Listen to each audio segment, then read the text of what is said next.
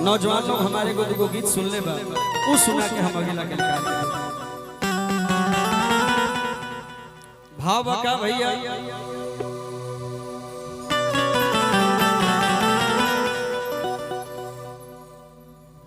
बात तो भरी के बाजाओ लक्ष्मण जी के बाण लाग रहा था वीर बजरंगी हनुमान जी से प्रभु जी कहत के हे हनुमान हमार मान लाज तोहरे हाथ में बा कोनो भाव में कहनी कैसे हो लाली जी उगी है किरनिया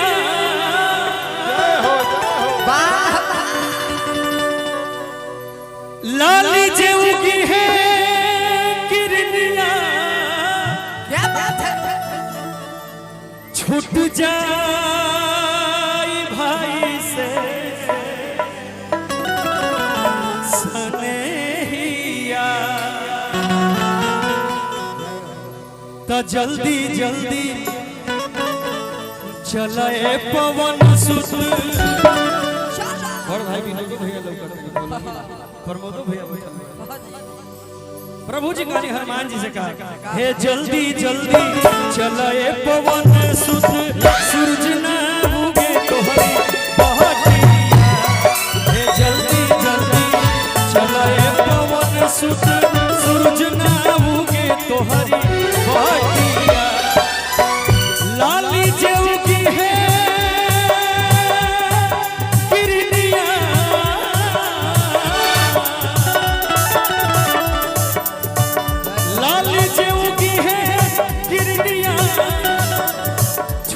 जाए भाई से सनेहिया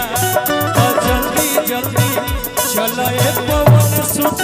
सूरज न उगे तोहरी बहटिया जल्दी जल्दी चले पवन सुत सूरज न उगे तोहरी बहटिया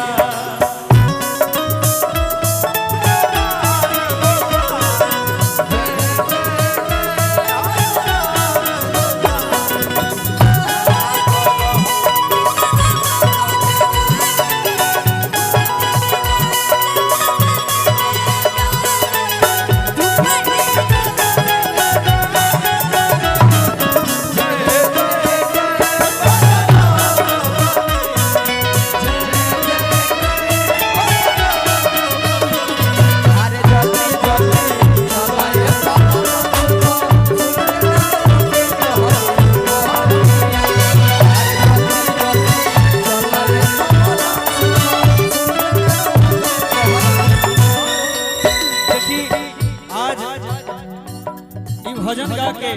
हमार जीवन धन्य हो गए। आज के दिन हमरा खातिर बहुत ही बढ़िया रहल। कुछ का है आज मंगलवार भी और आज हनुमान जी के गुणगान करे के मौका मिला। हालांकि सावन के महीना चला था भजन हमार के सुनी ना, लेकिन एगो प्यारा लाइन आज हम यूट्यूब में सुनते हैं।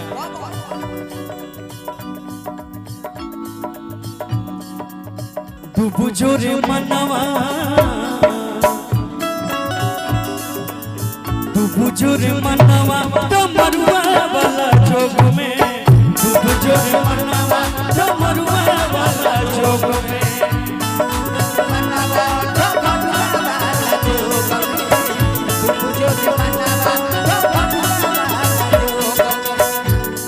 डमरुआ वाला जोग में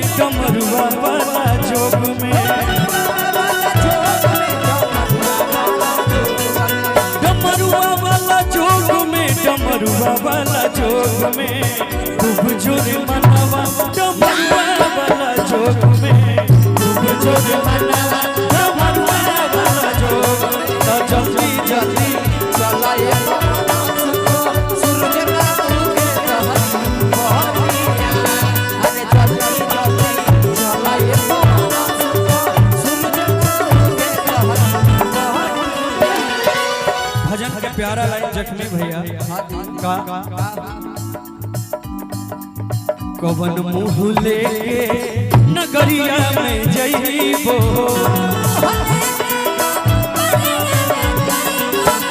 हाल जब पूछी है भरत का बतईबो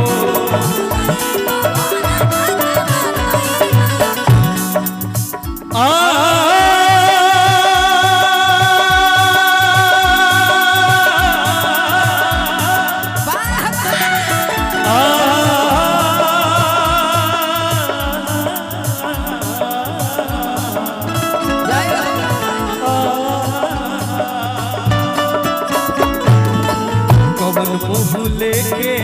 नगरिया में जइबो हाल जब पूछी है भरत का बतईबो सब लोग ये नु कही हमरा के एगो नारी के चलते सोना भाई के तू गवा नारी खाती भाई के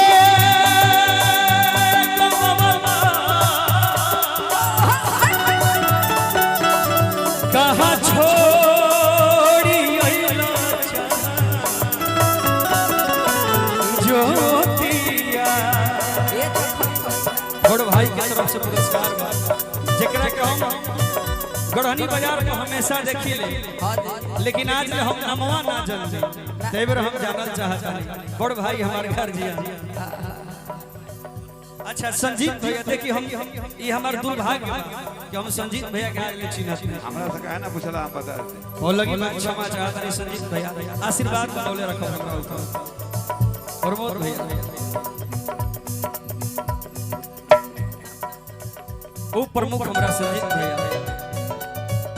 यहाँ खातिर बोलो हमारा बेगाना के बाद हे जल्दी जल्दी चलाए पवन सुत सूरज ना उगे तोहरी